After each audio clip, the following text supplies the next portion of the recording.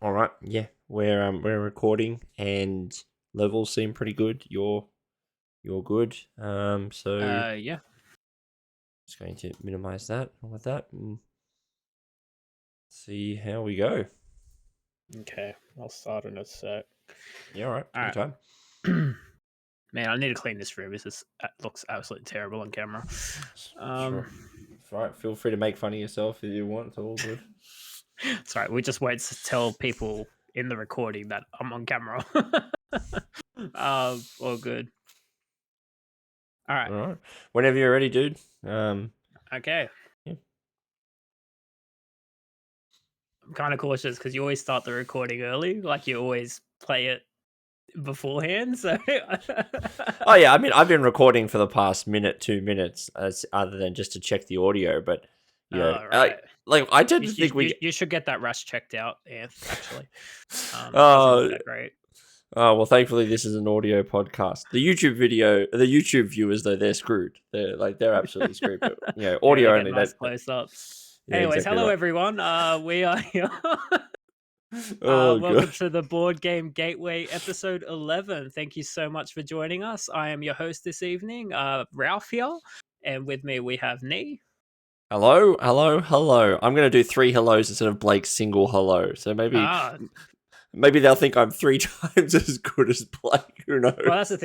thing. There is just the two of us today. That is true. So we need to make up for Matt and Blake not being part of the team during this time, but Yeah, well, maybe sorry. I'll do a Matt. Ready? Hi, I'm Matt, and I'm dark, and I'm brooding. Ooh, he's not that. ooh. His voice is not that low. That's That's all very stupid. right. That's Actually, stupid. that could be something fun for the viewers to do. Send in an audio clip of your best impressions of us. That could be a bit of fun. Oh no! Don't give my wife that ammo. She doesn't need another excuse. Ralph, what are you doing to me?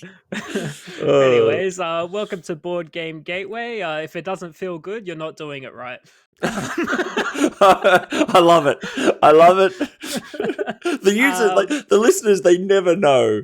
They they never never know. they Never never know know what's what coming. motif they're gonna get. No. Uh, I'm gonna. You know what? You guys are showing me up now. I'm gonna have to start coming up with newer ones because you guys just keep coming up with the goods every week, and I'm just like old, plain, boring Mr. Neeber. So I'm gonna have to come up with some new ones. It's always good fun being on the podcast and coming with a fresh motif to surprise our audience. Um, Absolutely.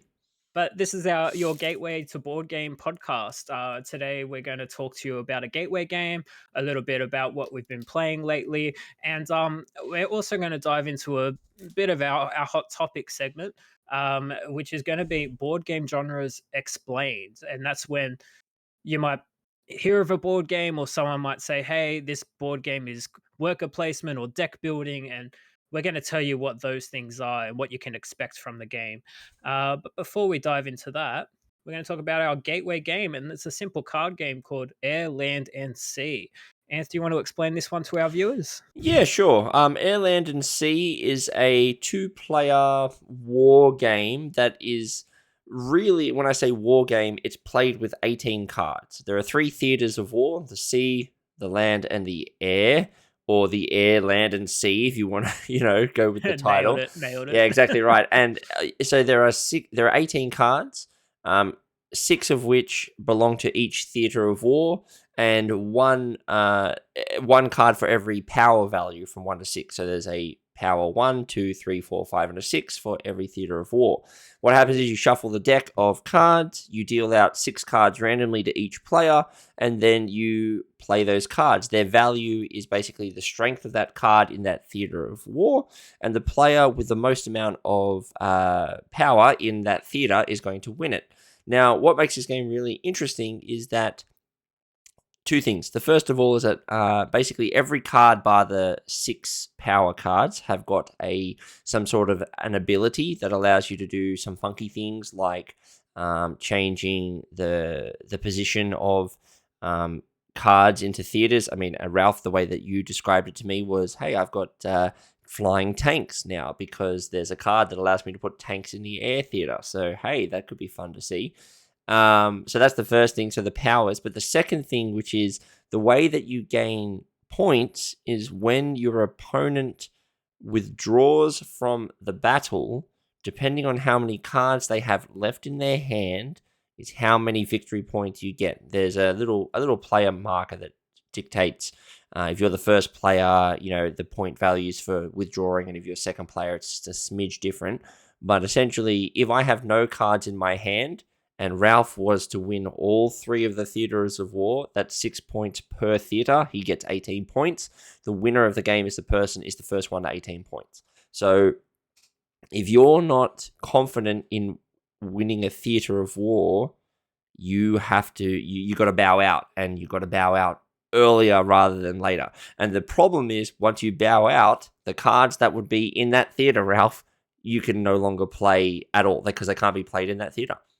That's right. What I really like about it as well, so like Anthony said, there's 18 cards and you get 6 each. So there's actually 6 for each theater of war, being the air, land, and sea.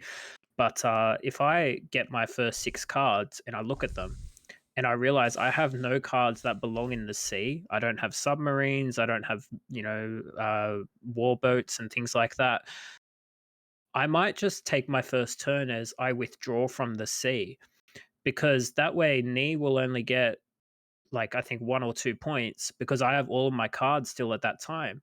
Whereas if I chose to withdraw when I only had like 2 cards in my hand, and he was clearly going to win the battle in the sea because I'm not able to play cards there, he will get like 4 or 5 points at that stage. So there is that sort of, it just that mechanic of just pulling out of a theater to like surrender that withdrawal rather. It's it's kind of what makes the game for me, Mm. because it creates and keeps that tension the entire time. Yeah, we ran into that. I agree. I agree as well. It's basically you're tossing up the option of, do I bow out now and take the hit of the smaller points, or do I risk it to go for it all? And this is actually very reminiscent of a gateway game that we covered a couple of weeks back, Llama, except on a more tense scale and in a 1 versus 1 sort of thing. And I say this is a lot more tense because rather than being first to 40, this game really is like every round matters. So, Ralph, you taught this game to me. I hadn't played it before. You had taught the game to me in about 5 to 6 minutes. And then we played, and it was just under half an hour. And in that half an hour, we played 5 rounds. And I kind of described the round being, if round 1 was like, oh, okay, and round 2 was, all right, I get it, and round 3 on was like, oh my god, what is going on? That's going to be our official scale for board game reviews as to the just Yeah. those sound effects alone. Yeah, 1 out of 5 stars. 3 out of 5. Ooh. Yeah, but the game itself, you mentioned, like, we mentioned this as a gateway game of the week because for 2 reasons. It's a very short game. I mean, look, it played in half an hour, but realistically, this could be over in, a good player. I've had games where it's been over in the first round, like Wow. 3 minutes long. I've shown this game to a lot of people. I've owned it for quite a few years now. And just on Board Game Geek, I'm looking at the game. What do you think the complexity rating is, if you haven't looked it up already? Oh, Just I out of 5, haven't. how high do you reckon it is? I nearly clicked on my web tab, but I won't now because you've asked me the question. I'm going to say it's a 2.1. It's not It's easy. close. It's 1.75. I was going to go 1.8 as my second guess. Yeah. So look, there were a couple of little, I will say there were a couple of little wording things like I was a bit confused with at the start, such as, hey, play this card, and every card you've covered up means that they get, for example, there's a card called Cover Up, Covering Fire, which basically increases the strength of all the cards underneath the cards that you've played up to a 4 instead of whatever their base strength was. Now, there were a couple of these wording things that kind of we got a bit confused by. Now, that potentially could have been the tabletop mod. The scoring was a little bit weird on our mod as well. But a very simple scoring game. But there were a couple of, like, the wording was a little bit, could have just been tightened up, I feel. Like, there were some really things, like, where maybe just, like, bolding the keywords, like, all of the words tended to be the same, not actually giving, like, the keywords those kind of differentiating. However, in saying that, this game is now 3 years old. It was actually only came out in 2019, which is surprising to me. It feels like a game that could have come out really a long time ago. But that's a praise to it. I think it's one of those games I'm after playing it with you, I could see myself owning this game and literally just putting it in my bag and bringing it out at any point. Like, hey, you got a spare 20 minutes? Let me teach you a game very quickly. And like we were playing in 5 minutes. And I don't feel like anyone who is this doesn't disadvantage someone who's not a big gamer. They can understand the idea of power levels and the theater of war, and I mean you've owned it for a lot longer than I have, so you're kind of getting my first impressions tonight. But I really felt like we played a game of Can the other a few week, weeks ago, yeah. and you made the admission to me that you were letting me kind of win that first game. Now, feel free to burst my bubble this time, but were you letting me win this one, or did I win legit? Because I felt like you won legit on that one. You won yeah, legit on that one. I'm glad to hear that, because there were a couple of times though where in our last round, for example, you played a card which meant that only 3 cards, and actually the first time it was the battleship card, the 5-power ship. This one was the blockade, which Yes. means once 3 cards are played in that certain theater of war, so in this case I believe it was the sea, that theater can't have any more cards played to it. So I thought it was a genius play to block off the water, and that way I secured the lands. But then I realized that meant I couldn't play any more cards anywhere. It took a few turns to get to that point, but I just shot myself in the foot and I couldn't come back from it. Yeah, because I remember what happened was you played it, and then I played a card to flip it, so it had no more effect. And then you played a card immediately to unflip it, and it came back into effect. And then I had to make a choice, and that choice was: do I bow out of the land theater because you already had 3 cards in there? But then I realized, based on the sea and the air, that I'm like, wait a minute, if I bow out, if we just play this, I'm going to get the 3rd card in each of these theaters, and I've got some pretty powerful cards. Now, and this is the underlying tone of this game, which we haven't really touched on, but it is the bluffing of this game, which is that you mentioned at the start, that, hey, if you have no sea cards, you could bow out of that theater immediately. Or, when you start getting a bit of a meta game going, I may not play anything there because who knows, maybe I have a 6 in my wing just waiting and waiting and waiting and waiting. And that's the thing, like I muted myself when we were playing the game so I could record the audio to the podcast, but I was literally saying to the people, I'm going to go for it. I mean, I'm going to risk it. I don't know if he's got it, but I've got to risk it because if I don't, I think I can win. But I was sitting there going, I don't know, like, because I don't know what you have. And like, again, there was the last 3 rounds were so tense because we were both sitting there going, it was a pretty even game too. Yeah, it was. It was like back and forth for the first few rounds, and then thankfully I just got a very big last round, but that blockade really worked for me. But like what I love about this game is just those combos. They're fairly simple. It's just I play this card, that means I get +3 in the theater adjacent, that sort of thing. So, but the mechanic Anth mentioned was the flipping of the card. So if I played a card and it had a terrible ability on it to Anthony's detriment, he could actually just flip that card, and then it will negate that ability. It just doesn't exist anymore. There's other cool things, like if I had cards that were only in the sea and I wanted to play it in the air, normally I couldn't, but you can put it face down and it's significantly weaker or perhaps a bit stronger, but it's all situational. So there's a lot of interesting combos in the game that come out purely based off the 6 cards you get and how you play them. So every game's really interesting because you don't know what you're doing, and neither does your opponent. You don't know what they're going to do. Well, and that's the other thing as well, which is there was one round where I had 4 land theater cards, and they were all very strong. Yeah. And I played one, and you immediately bowed out of land. And I'm sitting there going, I now have no more. I cannot play these land cards unless I play them face down in another land. But then I'm practically telegraphing to you that, hey, I don't have any land. I don't have any sea or air cards. And hopefully what people are starting to hear from this conversation is for 18 cards, it's literally it, 18 cards, how much this game, I think it's got so much replayability because it starts to become less about the cards themselves, but then knowing, like, I can honestly see a meta game starting to form here. Like, I know, like, you know, there's one card called the Aerodrome that I happen to pick every turn, but then I played it first, like 3 rounds in a row. And I was lucky that I got the card, but the fact that I did it meant that Ralph couldn't really know what was coming next because I just played the same card, and he's like, that doesn't give me any information of what's potentially coming out next because he's played the same card. And That's right. yeah, I always played Reinforce early, which just allows you to draw a card from the deck and play it mm, face down straight away.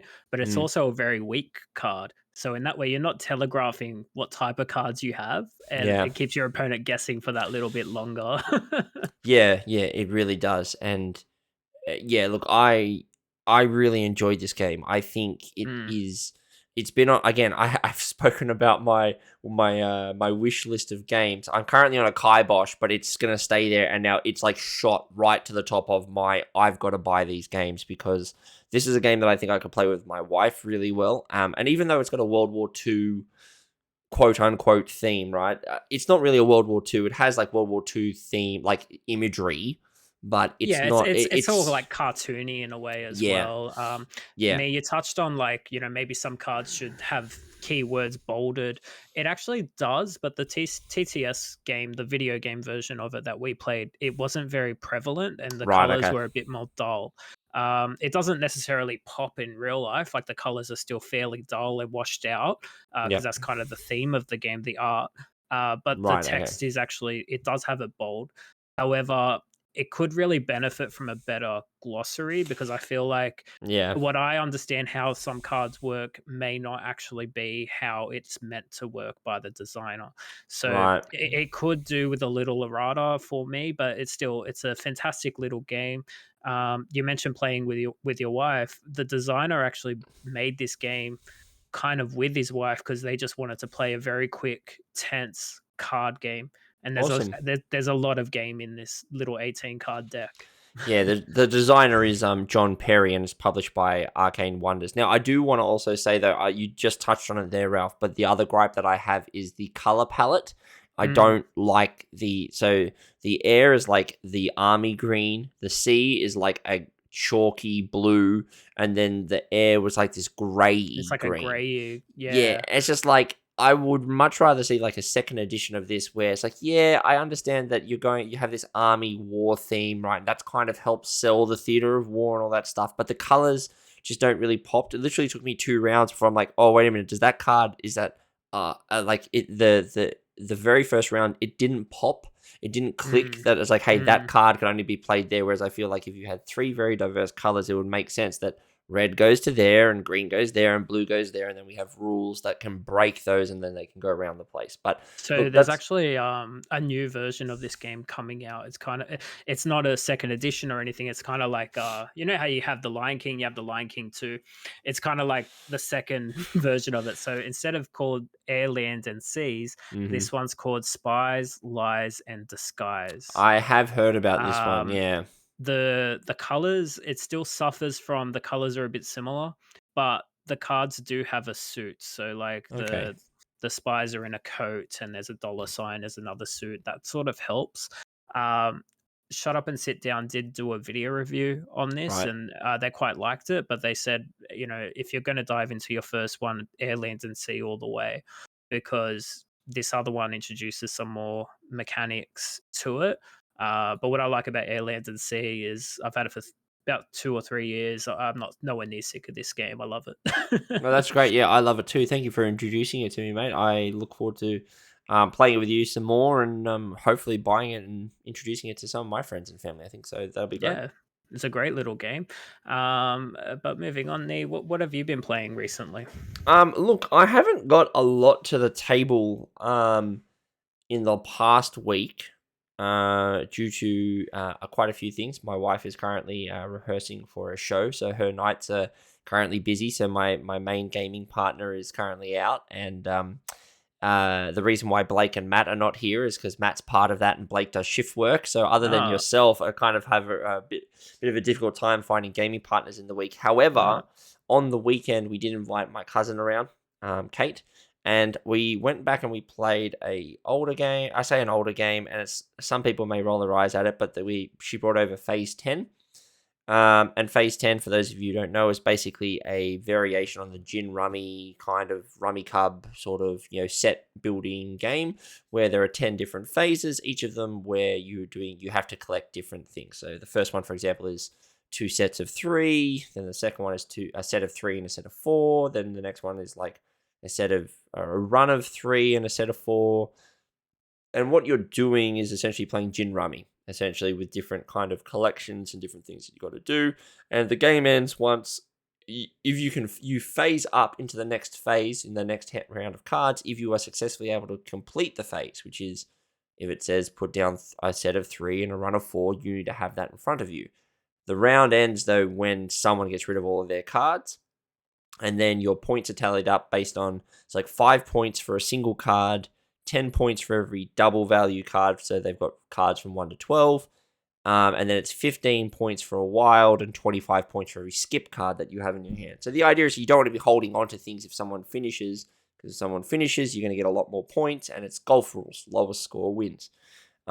We played this over the course of about 2 hours. And I say it took 2 hours because we actually got up and we stopped and the girls were doing stuff. And so it was actually quite a nice game. It probably only took us about an hour and 10 minutes to play through the whole phases, but we had, coffees and chocolates, and then we also had a moment where we did some wedding ring cleaning because we were looking at TikTok and stuff, so that was that. And look, I enjoy the idea. I like card games. I like Gin Rummy. Phase 10 is not my favorite game. However, I will say this is the first time I've properly enjoyed it, because the last 2 times I've played it were at 8 players.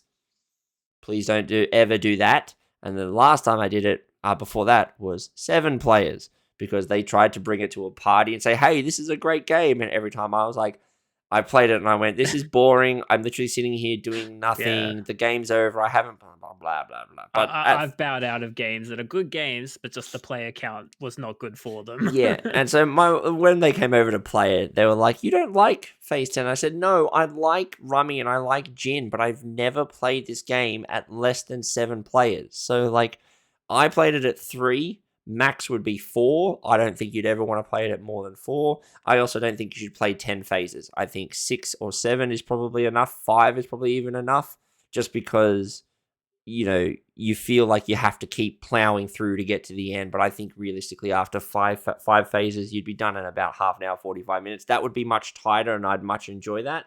And that probably includes cleaning your wedding rings, jumping on TikTok. Exactly right. Choosing the appropriate music. But we had a lot of funny moments, right? Like in the first game, the first round, I got a lot of points because I was still kind of getting my head around some of the little specific mechanics the girls already knew. And I was like, okay, I'm just making sure. And then they're like, the round's over.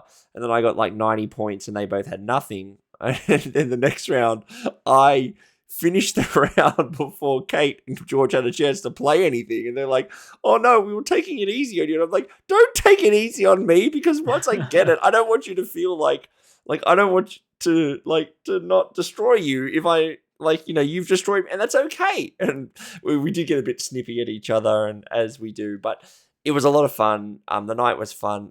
It's not my first choice in card game, but if you do enjoy the Gin Rummy sort of thing, I don't know if I prefer this or Uno. Probably I prefer Uno, but I did enjoy it. So. Okay. Oh, okay. So it's on the same level as Uno. Yeah, roughly. It's one of those sort of games where I'm like, Okay, so it's a very simple family card game that can involve everyone.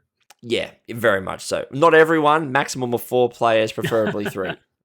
Put that on. So Board Game Geek says this came out in 1982, and I was just looking at some photos of it, and you can tell it's got those 80s style photos of that were on the back of board games back then, like a whole family getting together and people laughing a little way too hard, and all on one side of the coffee table, not on both sides of the coffee table. Yeah. For some reason, the 12-year-old boy has a massive perm. Yeah, that's right. Anyway, but that's all I really got playing. However, we do have our board game meetup coming up next week, which I'm very excited for.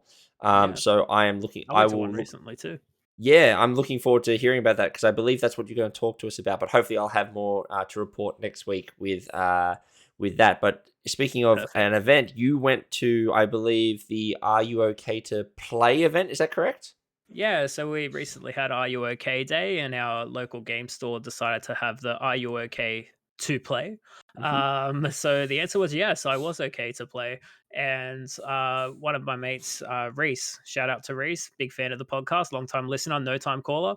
Um, Well, I mean, he has posted on Facebook, so or oh, maybe yeah. so I he guess that was. counts. We don't have a phone line that people can call yet. So Oh god, maybe we need a phone. Maybe we need a message box or something like that. Who yeah, I knows? think so. We got so much fan mail coming in as well. Um, but I got to play quite a large game. I have to admit, I was very intimidated when this game was hitting the table and my friend Reese was setting it all up. So this game is called Wonderlands War, and it's kind of themed, well, it is themed around the movie of Alice in Wonderland from Yep. the 50s. Very colorful movie. You kind of don't know where the movie's going because it's Wonderland. You can find anything in there, and that's kind of what this game is. So you all play different characters. You can be the famous cat from the movie. I played Alice personally in this time. You can be the Queen of Hearts. You can be the Mad Hatter. All those characters you know and love. And this game, you're in Wonderland, but it's also a war game, which is kind of in the name. And it's very interesting. I was very intimidated, like I said. We played the deluxe copy of this game, so this game hovers around the $100 mark if you want to purchase it. However, my friend has the deluxe Kickstarter all-in version of the game, and it was all very luscious and beautiful. And I am afraid to look at how much he actually spent on it, but it is absolutely gorgeous. So the game basically works in two phases. Uh, the first phase is called the Tea Party phase, and in the board in the center is the dining table with all the empty plates like the movie. And you move your little character. So I was Alice in this case, or if you were the Mad Hatter, you'll move the Mad Hatter on the plates. So they're jumping on the plates like in the movie. And when you decide to stop on a plate, you kind of draw that card that you landed on. So all the cards are face up and they all do different things. So you can see what card you want to go for. You land on the plate, you grab the card, you do the thing. Then it's the other player's turn. They jump on any available plate that they like. So the cards allow you to do things like uh, put some meeple out or like your little warriors in a zone. So there's zones like the pool of tears or the forest or where all the flowers live, and you put your warriors, your supporters, in that zone. That's one thing you can do. The other thing is you can add chips to your bag. So much like Quacks of Quinlanburg that we played the other day, you can actually grab little tokens and put them in your bag. And it functions just like Quacks of Quinlanburg, where you draw one of those tokens and benefits happen. And they all do different things, and you can make combos and things like that. And there is instead of the white chips from Quacks, you draw madness tokens. And when you draw a madness token, you kill one of your warriors or your supporters. So in the Tea Party phase, you're collecting those cards, you're getting those benefits, and you choose which one of the 6 zones on the map that you want to go battle in. Because when you go battle in there and you win, you get victory points. If you lose, you get half the victory points. So it's a very, although it's a war game, its theme is absolutely executed perfectly. Um, the artwork on this is amazing. You got the cat sort of sitting on his head doing a handstand, or only his tail is holding a knife. Um, Right. Yeah, so this is so more than a Disney sort of Alice in Wonderland. yeah, It's more so like the Tim Burton Alice in Wonderland, more that's so. exactly what this is. Yeah, it's like the Right. Tim Burton Alice, and I love Tim Burton movies. So Oh yeah. this really hit the nail on the head for me. So Um, looking at this, you've mentioned Quacks of Quedlinburg, so you kind of like, and you've mentioned sort of area control, so you kind of like what it's like Quacks of Quedlinburg meets like Blood Rage or something along those that lines, or that's exactly how I would describe it. So when you're battling, if you have say 2 supporters in the forest, and I hmm. have 5, that basically means so when we battle, we can keep pulling chips out as long as we want. They keep comboing, and we go up this track, this strength or combat track. And it's the first to, if you get 25 strength, you win straight away. So Right, it's a bit of okay. a race. Yep. However, you can choose to stop pulling chips out of your bag, and you might want to do that to get quests because you might have a quest that say finish a battle in this zone on strength 5. Right. Okay. And then you can like sort of you can there's a thing called forging where you can level up your chips from the standard level to the more powerful one to use later in the game. Mm-hmm. So that's why you might want to pull out early so you can actually get a bit of a buff. Yep. Um, However, if you win the battle, you get more victory points. So there's kind of that catch up mechanic in a way. If you do stop early, you can win later, Yep. perhaps. So you're constantly pulling chips out of your bag. Your guys don't die unless you get a madness token, and during the game you add more madness tokens to your bag. So it's just a very interesting game. Reese taught us the game very quickly. There's only two phases. It's just the tea party where you hop around your plates, grab cards, do things, Yep. and battling, which is the fun part of pulling chips out of your bag. So the game is very simple, but it looks very intimidating because of the size of how huge this is. Right. So looking at this, it looks like every player. So there's a bit of asymmetry here, as different players have got their own individual sort of abilities that you can do by pulling Yeah. different chips and things like that. It looks like. Yeah, that's right. So there is the asymmetry where each character has different abilities. You all start with one ability, but then you only get them if you unlock them. Right. So I chose to only unlock one of Alice's ability, which is when I think when I do pick a certain tile out of my bag, I can replenish my shield, and each Mm-hmm. player gets one shield that blocks a madness token. So it's kind Right. of exactly like the the flask in Quacks of Quedlinburg. You can put the Right. madness back in your bag. But each character has four abilities that you can Okay. unlock.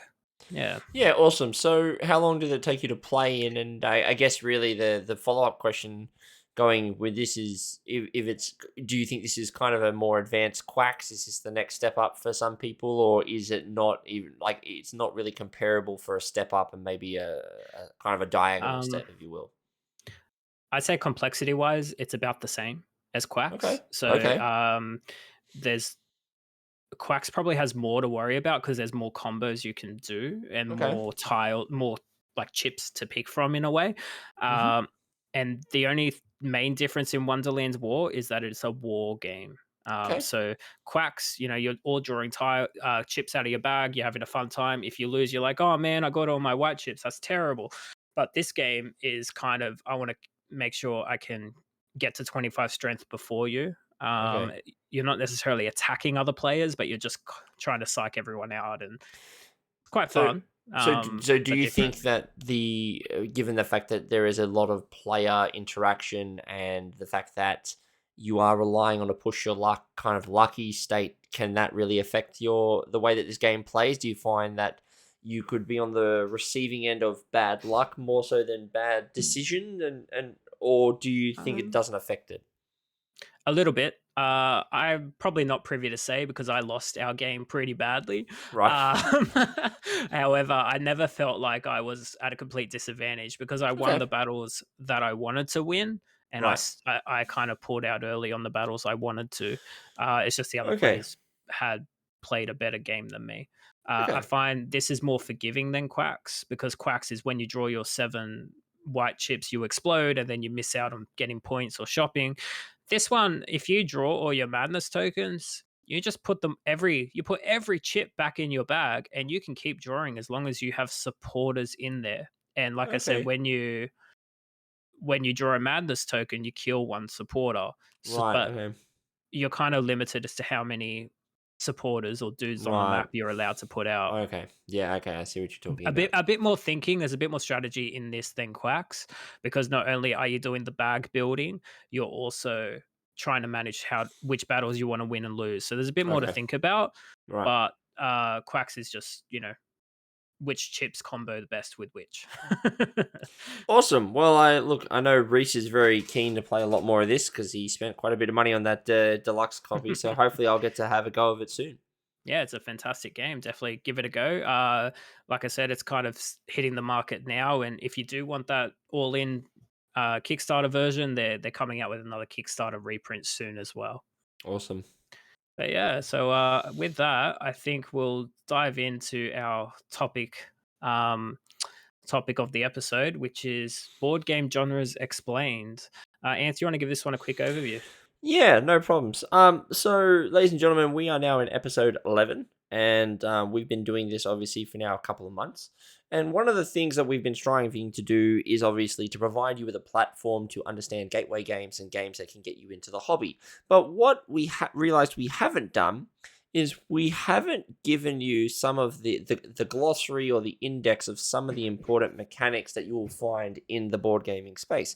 And that's important to know because obviously if I say something, for example, like area control, what's that? What does that mean? Why would I even like that, right? Or if I Yes. was to say, this is a deduction game, you can make an assumption of what that is, but you may not actually know really, And so what we thought we would do today is we thought we would break down, we've got quite a few here, but we're going to break down some of the most well-known and the most of these mechanics and gaming genres. So generally the way that games are broken down is not via their theme, it's by their mechanic and their genre. So And this so is your board game 101 course. pretty much. Completely for So free. We normally charge for this. yeah, exactly right. So, and we will be taking a pop quiz at the end. So we'll see. But for example, we're just going to start with one very quickly. And this is the one that we all know. And this is the one, it's called the roll and move. So this is our very first mechanic we're going to start with. And the reason that we're going to start with roll and move is because you already know what this is, which is you roll a dice and you move a piece. And if I was to say that to you, what do you think would be the most obvious example coming into your mind? Monopoly. You said it. I know you did. And that's the thing. So the first and most obvious one is a roll and move mechanic. Now, this mechanic is kind of fallen out of love with a lot of people for specific reasons, except in the race genre, which is very much as simple as it's a race game. Wouldn't you say, Ralph? I mean, that's pretty much what you're going to do. It's roll and move. You've got your Italians, your Asians, you got. Oh no! No! Oh no! He went that there. wasn't racist. I'm actually acknowledging races, guys. Yeah, no, I know, but I wasn't expecting him to go there, but he did. But that's exactly right. So You're playing the race game. What can I say? No. Oh, anyway, but the race game, so there are a couple of examples of race games that we can talk about, which are, for example, there are the first one we're going to talk about is called Formula D, and that uses different sorts of dice depending on what gear you're in, which we both own, Ralph. Yeah, I love it when you give people the 30-sided dice. So this dice has numbers, I think, 20 to 30 on it, and it's just ridiculous. Yeah, it's great. And they're like, oh, you can go 30 spaces. Yeah, but if you crash into that thing, you'll die because you need to make a break. So that's really cool. So look, that's the very first two ones that we thought you'd understand very easily. Roll and move is the first one, and racing games is very simple. It's get from point A to point B the fastest, and whoever wins is the win. But what we're going to start with is we're going to go into a couple now, and Ralph, I think you can introduce the first one of these are some of the more what we would call mainstream board game mechanics, and we will try and give you a bit of a definition.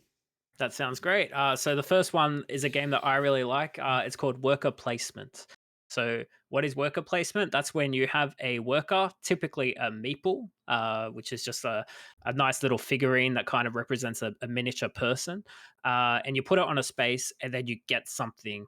You get a reward. So you get that dopamine hit straight away in a board game. It's so small, but it means a lot. And there's some great games that do this extremely well. One of the most famous ones is Lords of Waterdeep, which is a kind of like a fantasy skin game or themed game. Another one would be like Architects of the West Kingdom, which is very popular among gamers as well. One that I just sold, I sold Viticulture. And Viticulture is a worker placement game. And the thing about worker placement is it's not just about putting a meeple on a space, which is that generally spaces are limited. And the best spaces, there's generally only one of them. And so turn order is a very big compartment to worker placement games because you're not only just going, I want to go there, you are going to places where I want to go there, so Ralph doesn't get to go there. Yeah, so it does create a bit of tension on the table, even though you're not directly like attacking each other or anything like that. It's just like, I wanted to do that, now I can't. Yeah, worker placement games are very highly interactive because it is very dependent on where your opponent goes and things like that. So it's really cool. Yeah. So worker placement, placing workers on a board, getting effects. It's pretty simple to understand. And if I The might tag to you for the next one. Yes, great. I'll go with it. So the next one, we're going to come back to the cards. So we're going to move away from the board, but we're going to come back to the cards for a second, and we're going to introduce the mechanic which is called card drafting. Now, card drafting is not unique to board games. It actually gets used in quite a lot of other things. But the idea of a card draft is that everyone will be given the same amount of cards in a hand, and then what you're going to do is you're going to pick one of those cards from the hand, and you're going to put it face down in front of you. And then you're going to take the remaining cards and you're going to pass it to the person either on your left or your right, and everyone else will do the exact same thing. And so what will happen is then you'll receive a new hand, but now it'll only have four cards. And you pick a card and rinse and repeat until you now have a hand of 5 cards which you personally selected. And then from there you can play the game with these things. So card drafting is used in the kind of made popular in the board game scene in the game called Seven Wonders, which you're building an empire. However, a much simpler version and one of my favorite card drafting games is the game of Sushi Go. Sushi Go is, I see Ralph raising his hands over there, so I've obviously picked a good one there. But Sushi Go is literally a game, Ralph, where it's all it is card drafting, except you're just at a sushi train. Yeah, that's what I love about it is I could teach that game to players and they kind of get take one, pass it on sort of thing. But then during the game, they'll realize, hang on, this is like a sushi train. Yeah, it is exactly So like that's a game that uses the mechanic perfectly. Yeah, so it's like you're getting things like tempura and maki rolls and wasabi and all this other fun, and it makes it really fun, really cut, really light. I mean, but it also goes as far into the hard games as something like Terraforming Mars, for example, which is a really heavy, big game, and it uses card drafting as one of its primary mechanics because you're trying to make a corporation that's terraforming Mars, and you're taking cards specifically so your brothers and your friends can't drop a asteroid on Mars because that would be really bad and they get more points, What's really interesting about Terraforming Mars, and it's definitely a bigger game, not a gateway game at all. Mhm. However, I've played it, and it says play the first couple of games without doing card drafting, which we Yes. did. And then we added the card drafting a bit later, and that's what made the game from good to great. Just that Yeah. simple mechanic, and it really changed it up. Yeah, and you never go back with that. So No, card drafting is a really simple mechanic. It's used across a lot of different card games and things. And so card drafting is a very simple mechanic there. Now, speaking of card games, I'm going to pass back to Ralph because he's going to take us through the next one. yeah, sure. So, this next theme, sorry, what are we calling these things? They're kind of genres Genres, of games, genres and mechanics. mechanics, yeah. And mechanics of games. So this one is deck building. Now, what deck building is, there's a game called Plank that uses this quite well, where every player starts with the exact same sort of hands of cards or deck of cards. And then during the game, you will add more cards to your deck. Typically, these are better cards. And then they allow you to do more things. And then slowly during the game, you notice what I can do with my cards is different from what other players can do. So you get that really cool thing where it's like, oh, Ralph just did that. That was awesome. And then he's like got some other thing going. And I realize, oh, that he did that really good. That's really cool. So there's lots of really cool examples of this. One of the most famous ones is Dominion, um, which you're basically adding better and better cards and identifying combos of cards that work really well together to help you get to that final score. Yeah, Um, yeah. Dominion's obviously the biggest example, and the biggest thing for me about deck building is that generally your deck comes with money cards that you can use to buy new cards, as you said, Ralph. But it also involves your point cards, and points are cards. And so generally, if you want points, you have to add them to your deck, which is great because you now have points. But it's also bad because you've now increased the probability of your good cards not coming out, and you just getting a card that's worthless for the moment when I'm trying to get my combos going. So it really has this option of deck building really is, do I go for points now or do I actually try to keep building my combo set and go from there? yeah, Speaking of combo set, I think we will transfer to this one, which I think, if you don't mind me going to, which is that this kind of the combos that we talk to in board gaming is kind of what we call the mechanic of you'll hear us refer to as engine building, or I'm building my engine.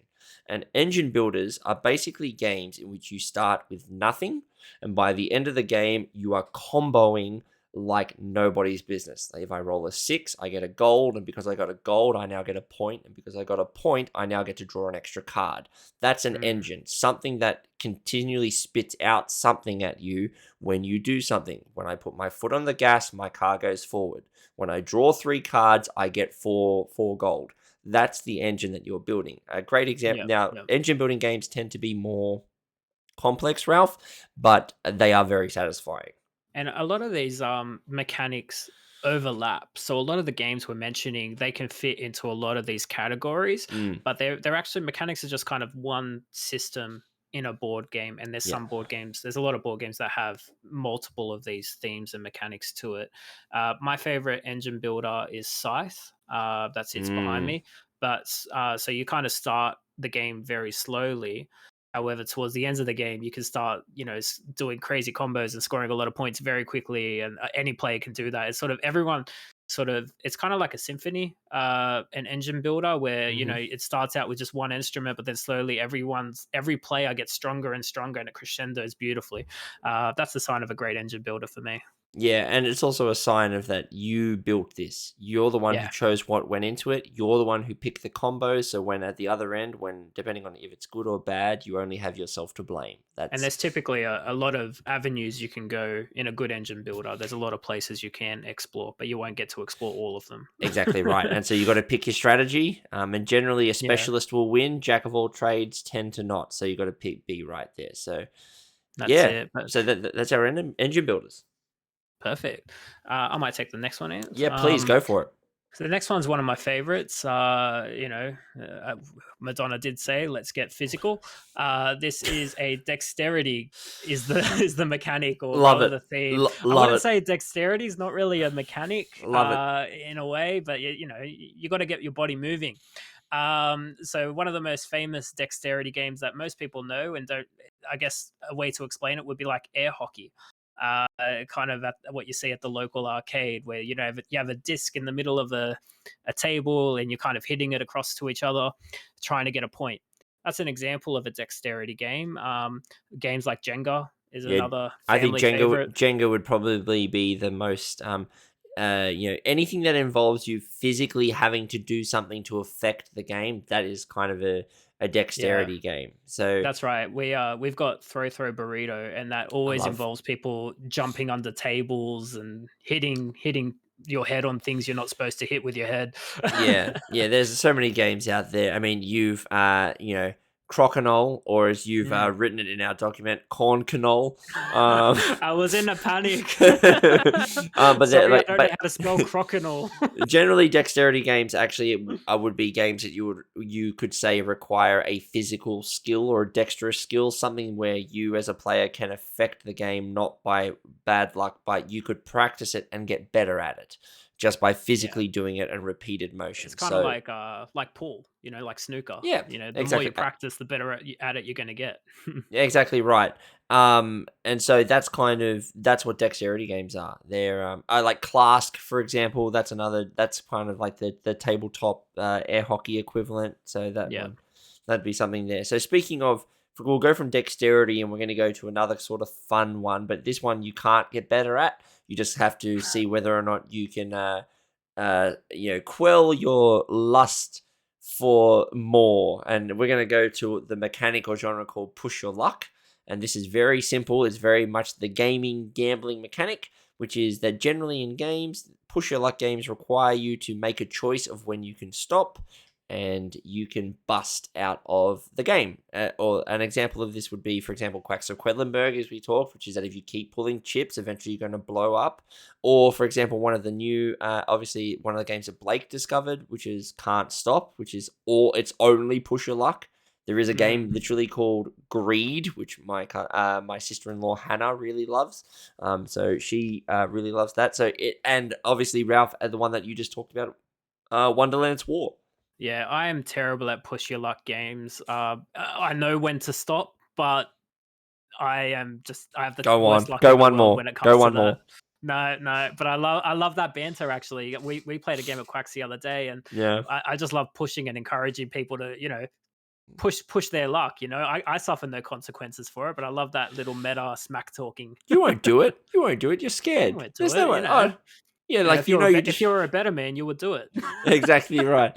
I really like push your luck games. They obviously go into that gambler spirit in the middle of like you know what, because it's the high of like when you do, you're like, yeah, that dopamine hit of, yeah, I got it, but then it's obviously that Mm. low of like, I really should have stopped. Well, why didn't I stop? I'm an idiot. I let Ralph talk me into pulling another chit. What am I doing? Yeah, But yes, you don't want to be near me at a casino. I don't typically gamble, but I will make sure you do. yeah. Well, speaking of you do, you can go to the next one and we can get off this topic. Ah, fair enough, fair enough. I guess the next one will be co-op games. So co-op games is pretty much in the name. It's when you are a team. Um, you're all working towards a common goal, which is to win the game. Typically, there's not really smack talking. We're just encouraging each other and boosting our own egos, which is always fun. A lot of like famous ones are like The Crew, which is a team card game, much like Hearts. Another one Hmm. would be Pandemic, where the world has a disease and you're all trying to find the cure for it. That sounds a bit familiar. I have no Um, idea. Well, here's the thing: Pandemic was the grandfather of basically the co-op game for for this kind of stuff. And when did it come out? Like 2014, something like that. Like 7 years ago. No, no, Oh, no. Pandemic came out. I think they had a 15-year anniversary did edition. they? Oh Yeah, I no! got the special miniatures for it because we were playing Oh, the it is. It's Legacy. 28. But It's I 28. won't spoil it out. I won't spoil it. 2008. Oh no, it's Yeah, 2008. yeah. It's been around for quite some time, but that's the thing. A lot of new gamers don't necessarily know what Pandemic is because I think No. it's naturally that step into modern board gaming. Yeah. What's the bet? We see a pandemic COVID edition within the next 3 years. I don't think we ever will. I think that's something that company just doesn't want to go Uh, towards. yeah, probably not. It's probably in bad taste, but it wouldn't surprise Yeah. me if they did. But yeah, co-op is basically you and your friends versus the game. Yeah. So yeah. Most of the time, yeah. I So will say we haven't written this one down, but I will put an asterisk here. There is a genre called semi-co-op, where there are games that require you to work together, except one of you or multiple of you or none of you could be traitorous. We don't know yeah, that. and I So love that. Dead of your Winter yeah, is really good.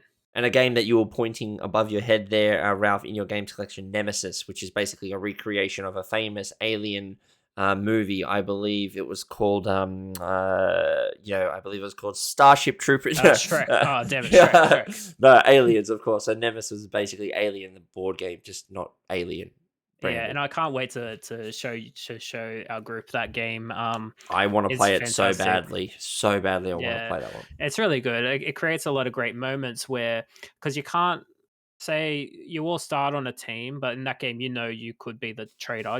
Way before before during the game setup if you're going to be a trader. So you're playing the game and you can't attack other players in any way. So I know, say I need to kill player 3, which is Nee. Hmm. I might just lock him in a room with the alien towards the ends of the game and hope the alien kills him. You know what I mean? So it just creates those Yeah, funny moments. absolutely, absolutely. Yeah, one of our next genre is actually kind of a bit different from co-op, although there are some co-op ones out there. It's the roll and write theme. Nee, do you want to take this one?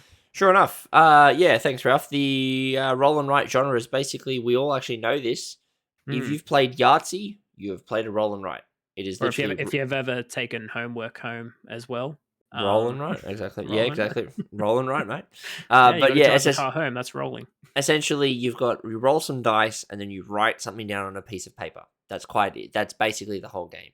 And roll Yeah. and writes are now coming out left, right, and center because they are very easy. One, very easy to produce. Two, very easy to ship.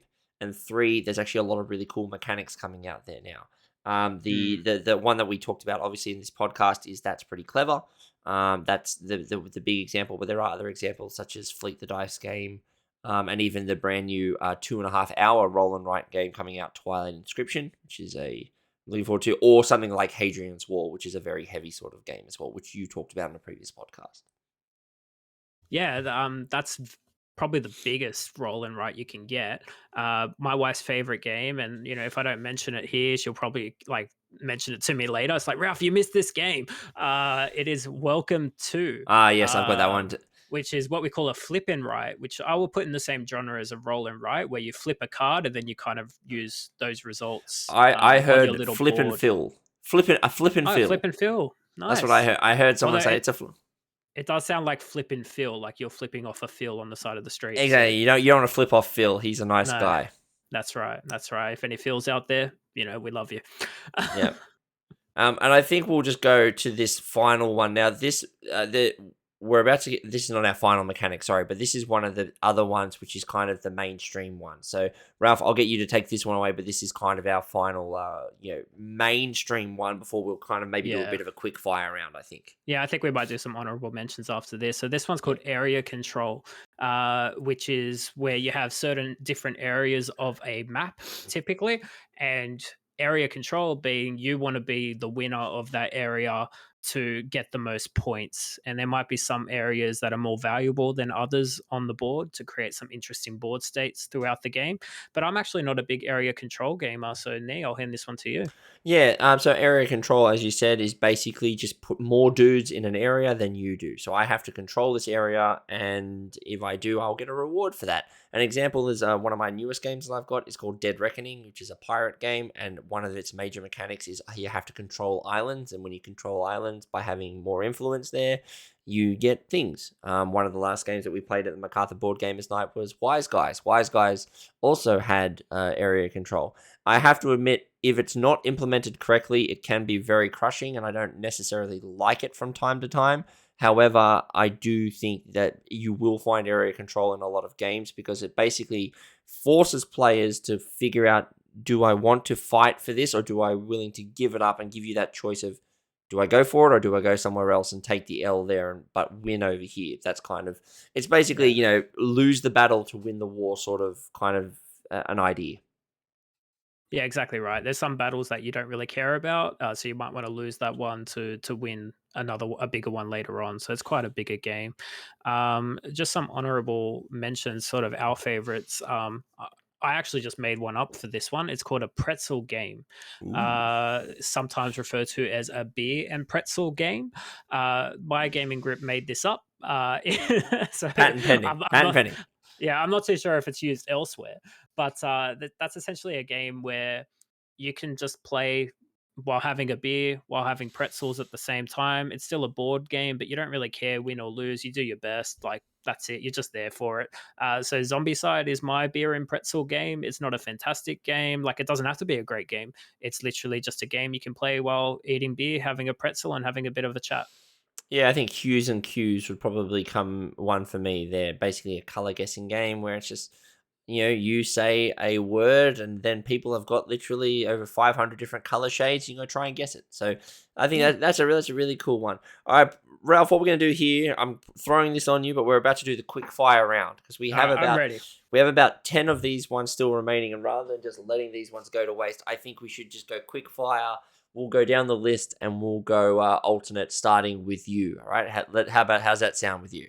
That sounds perfect to All me. right. So shall I kick us off? You start us off, mate. Go for it. All right. Okay. We got time on the clock. Let's go. Quick fire Beep. round.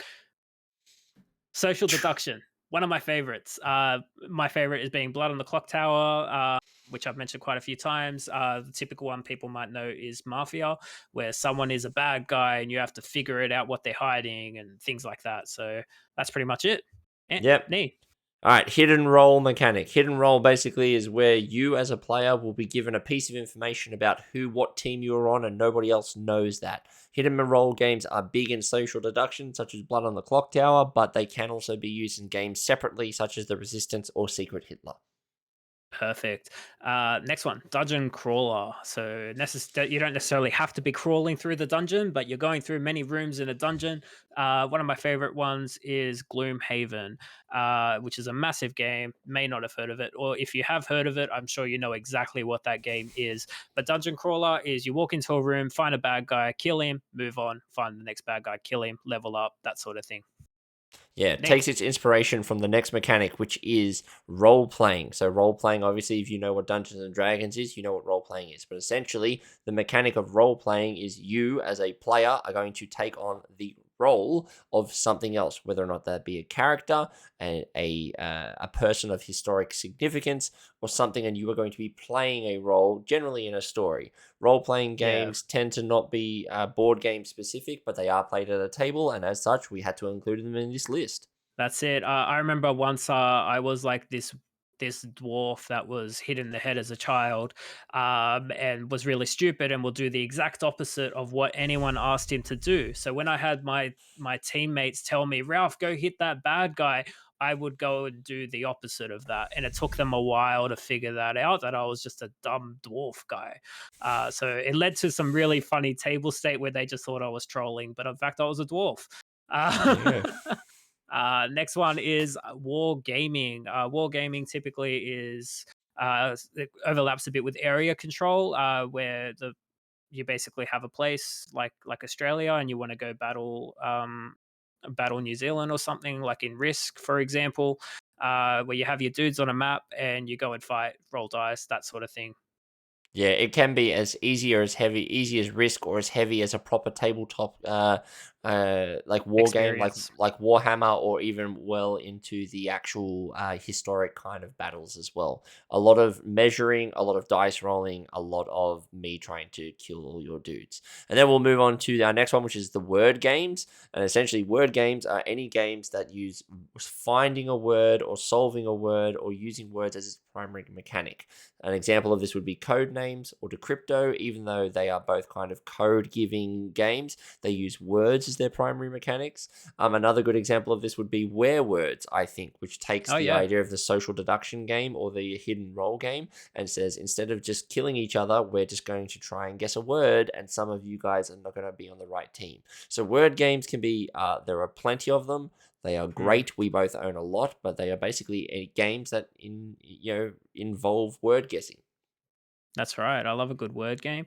The next one we have is party game. So party game is anything you play with a large number of people.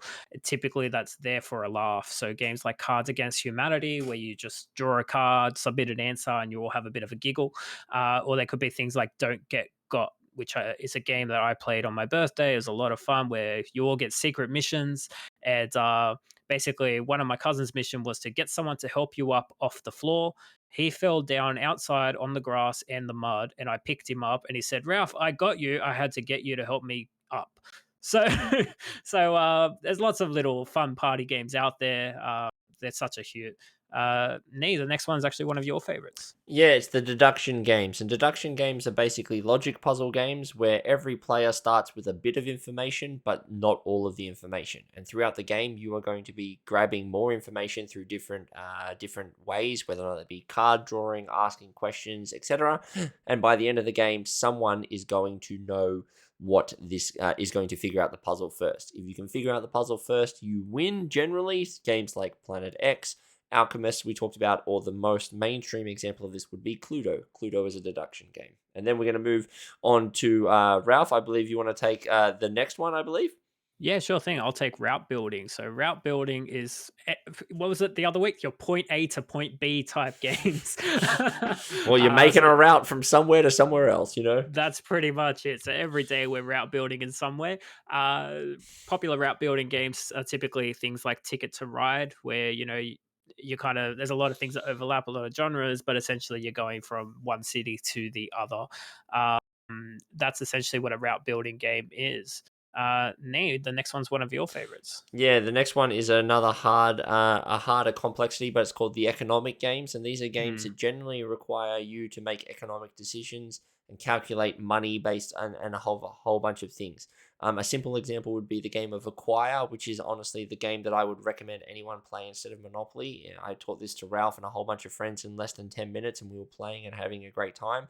But generally, economic games require you to make decisions based on I need to spend money to make money, but how much money I can make depends on what I'm doing.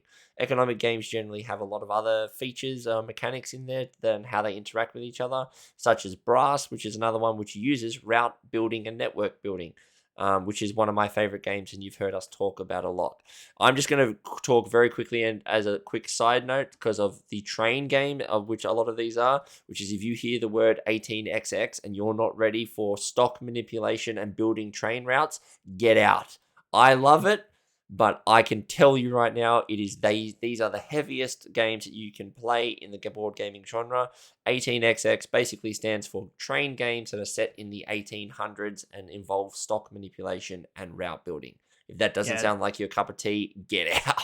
yeah, that this type of genre is very new to me. I only recently got introduced to it, and I'll tell you what, I've got a massive headache by the end of these type of games, but they are very intriguing. Yeah, they are very intriguing. All right, Ralph, we'll go to the next one for you because Perfect. It's one of my favorites. it is one of your favorites. So I'm going to say card games in general. We're all familiar with a standard deck of playing cards. So I'm not going to explain that. But nowadays, there's actually a thing called living card games, which have been around for a while, such as Magic the Gathering, where Mm-hmm. uh, you can sort of have a lot of cards to pick from and create a deck with. And they're constantly releasing more and more cards, and they're updating rule books. So, if you print a rule book today, a month from now, it might be out of date, and they've made changes to it. So other ones like this are Arkham Horror, the living card game, and Marvel Champions, the living card game. So they're a bit of a step up, but they're quite impressive if you love the theme of these things. Love it.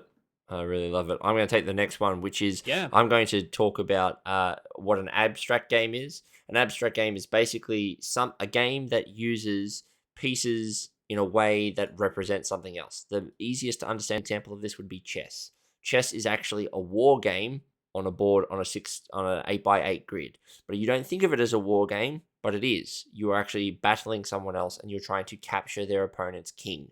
It is a war game, but it is not presented in that way. And so abstract games tend to use pieces and mechanics in ways to represent something else, but maybe not actually be knocking you on the head with and going, hey, this horse is an actual horse. It's actually supposed to represent the cavalry that are moving and being fast on the battlefield, for example, if you take my and there's lots take of abstract games out there. Like so many of them. we played Azul a few episodes back, and that is kind of an abstract game as well. Yeah, you're making a glass pane out of Mm. window. So absolutely, I agree with that. Now, we are going to the second last one that we're going to talk about. Ralph, you're gonna hit us up Yeah, with this one. so this is we kind of bundled these together. So this is a campaign game and also legacy game. They're two different genres in a way, but we bundled them together. So a campaign game is typically where you have the same players. It's just easier that way, and you go through a bit of a story with the board game. And what a legacy game is that, but you can only do it the once, and the story changes, and you create your own story. So I think a few episodes ago we talked a bit about Betrayal at the House on the Hill, Mm-hmm. um, the legacy version. So we Yep. made our own story. You're tearing up cards, you're making changes permanently to the game. Yep. Pandemic also has a legacy variant as well. Yeah, and I think the main thing is campaign games and legacy games are played over multiple sessions, not over one Yeah. night. And one of the biggest things that legacy games do is that they are games where you are right on the board game, and even in some cases, literally tear up cards and throw them in the bin, which I've done on multiple occasions in games of Yeah. like Charterstone, as an example, Risk Legacy, and even the Pandemic series now has Pandemic Legacy as well. And Gloomhaven's a bit of both of these as well. Mm-hmm. The way I kind of explain legacy games to people who have never heard of it before, it's kind of like watching a TV show. Yep. You watch it over multiple seatings. Once you know the story, you can't unwatch it. You already know what it is, so it's Mm-hmm. kind of a use once scenario. You can always go back and re-experience it a little bit, but you know what's coming up. So that's pretty much what a legacy game is in terms of board gaming. That's right. And And we're they, gonna. Oh yeah, mate. I yeah, was just gonna say we'll I go was to the gonna say, do you final want to one. take do you want to take the last one? I'm out of breath personally. Well, We've covered a I lot. want you to do the first part of it because I know what the Oh, second okay. part is, and we're gonna basically say we're gonna try and describe to you the difference between you may hear a Euro game and then its counterpart is what people lovingly refer to as Ameritrash is what we're going to refer to it. So I know how to define Ameritrash. So Ralph, why don't you hit us up with Euro first? Yeah, because I have no clue what a mirror trash is. Like, I feel like it's when you throw a mirror in the trash. Um, so anyway, what a Euro game is, it kind of overlaps a lot on engine building and a lot of other genres that we've explained this evening. So what a Euro game is typically everyone has the same options available to them, and you all start fairly weak and you slowly get more and more powerful based off your decisions. Euro games are typically more complex games, although there are some more simpler ones out there. um, One of my favorite games is Scythe, the board game, which I mentioned earlier, and that is a Euro game where you can only do one or two things on a turn, and you can slowly get more and more powerful, and you can identify combos, and there's a lot that goes into a Euro game. So it's definitely a step up. I'm trying to think of a simple Euro game that people might know and love. Nate, can you think of anything? Well, I'd like to add on that a Euro game is more about an efficiency puzzle as well. It It's is, yeah. basically whoever can make the most efficient sort of solution to the puzzle that's presented to us is generally going to win. You're taking the least amount of time to get the most amount of done, is kind of how I That's would right. say Euro. A Euro for me would be, say, for example, maybe like Arkwright, the card game, which is very kind of an economic bigger game, something maybe along the lines of maybe I don't know, oh, geez, a pipeline, something that requires you to actually use a part of your brain. I mean, even a roll and write such as a that's pretty clever, I would say is more Euro than Ameritrash. I know that's very Yeah, broad, definitely. but that's Yeah. what I would say. It's very something that requires you to think. To get all work related, you're trying to get the most output from the game with the least amount of input. So the Exactly least right. amount of work you have to do, you want to maximize your output. So it's not everyone's cup of tea. A lot of these genres aren't everyone's cup of tea, but that's kind Hmm. of what you're looking at when someone says Euro game. Yeah, exactly And right. dry Euro is a Euro game, although the theme is lacking, and it's very much just the puzzle. A lot of brown in a dry Yeah, Euro get a lot ready of for time. beige. But speaking of the opposite of that, which is Ameritrash, and a way that I would describe Ameritrash, which is kind of fallen off in the board game scene, but essentially you have Euro games and Ameritrash would essentially be Hollywood the board game, where the game mechanics and the efficiency puzzle are not so much front and forward, but what is the presentation, the flashiness, things going. For a big example of this would be Fireball Island, which a lot of people remember back. They have a volcano and a ball rolls down different tracks, and if your person's on there, they got knocked off the track, and they do all of that kind of stuff. Whereas that's how I would describe it, which is that there are games that not necessarily are the most brainiac of games, but they provide a theme and they provide something that maybe you can relate to and you can bounce off of rather than kind of sink into. That would be my action for Ameritrash. And oh, Ralph, I see that you've written one here that we've missed, and this is probably a very big one. We would be in a lot of trouble if we didn't mention this. And this is our Definitely. final one for tonight. So hit us up with the final one before we have to start wrapping this up. Yeah, sure thing. So we should have started in alphabetical order. This is Sure. the How did we auction forget type auction? game. How did we I don't forget this? know.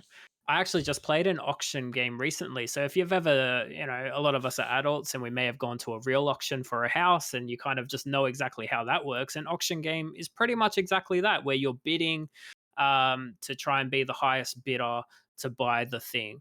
Um, that's pretty much what an auction game is. One of my most favorites is Modern Art, Mm-hmm. where so you're bidding on pieces of art, and they're real art by real artists. It's a beautiful looking game, but where the game is, the theme is perfect because art, although it may be valuable now, it might not be valuable later, and you never Mm. really know what you're buying, what the value is, because it depends on how the auction goes during the game. So they can be a little thinky, they can be a little psyching other players out, and like I've got way more money than you think I do, and things like that. But Nate, what are some of your favorite auction games? My favorite at the moment is For Sale, which is a very quick, easy 20-minute 6-player auction game in which you're buying housing and the art is very funny because the lowest value card is a 1, which is literally the gutter, and then number 30, which is the highest, is the space station. But the thing about the game is that you don't know the value of these cards, of the houses, until the second phase of the game, in which you use the houses that you bought as the power to get their value. So it's a very interesting game in which it has 2 different mechanics, but I really like it. It plays in 20 minutes. Another one, for example, would be Ra, which is one of the most well-known auction games, has an Egyptian theme. But yeah, that's For Sale would be my go-to auction game for new players. Yeah, I've never played For Sale, but it does look really good. Nate, I think we're about done. Is there anything else you want to sign off with our viewers with?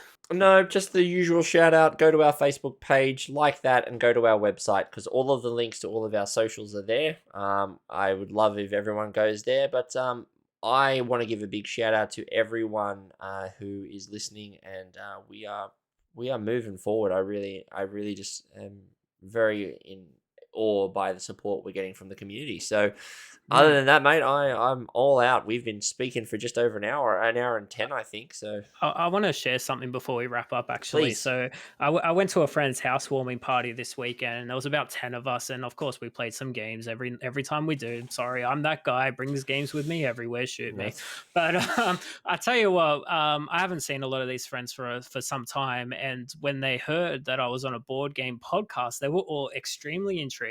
They all can't wait to listen. So I just want to give them a bit of a shout out and a bit of a reward for actually making it this far into it. So thank you so much. I'm very touched. And I think lastly, I just want to address you who's listening to this podcast. And I just want to know, what are your favorite board game genres? Have we covered it? Give us some examples of your favorite games and which category they might sit in. And if we missed anything, please let us know because, talk smack with us. That's what we want. I love it. I love when people talk smack because I want to be called out when I'm wrong because I want to learn and I'm still That's learning right. and that's That's why I right. love this. And we're always wrong. At least my wife tells me that anyway. Exactly right. Anyways, guys, I am Ralph and Neve. Thank you so much for tonight. Thank you so much for having me, mate. This was a lot of fun as always. Yeah, definitely. And guys, like I said at the start, if board games aren't fun, you aren't playing them right. Thank you so much. Have a good night. See you guys. Thanks. Bye. Oh god, the hours go by so fast. I'm like, it was an hour and 15, and I'm like, we got to half an hour, and I'm like, I don't know if we're gonna hit an hour, and then all of a sudden we went, oh no, 45 minutes, like nobody's business. That was I tell you brilliant. what, because it took us a while to get through the games we spoke about, and then we started the genres after, and I was like, "Fuck, That's I don't why. know how we're gonna do this." Oh, that's why when I picked that, I'm like, these are the main ones that we need to pick about, and then we need to go quick fire. I'm just like very quickly, like next, next, next, Yeah, next, that next. was But that's good. That I was good. It still, was fun to keep up. yeah, I think having an hour and 15 for that is good though. I mean, the discussion Yeah, was actually really good because we talked about Land, Air, and Sea was a good discussion, and also Wonderlands War, which is actually gonna, I think that'll get a bit of traction because you can post, hey, people will see that.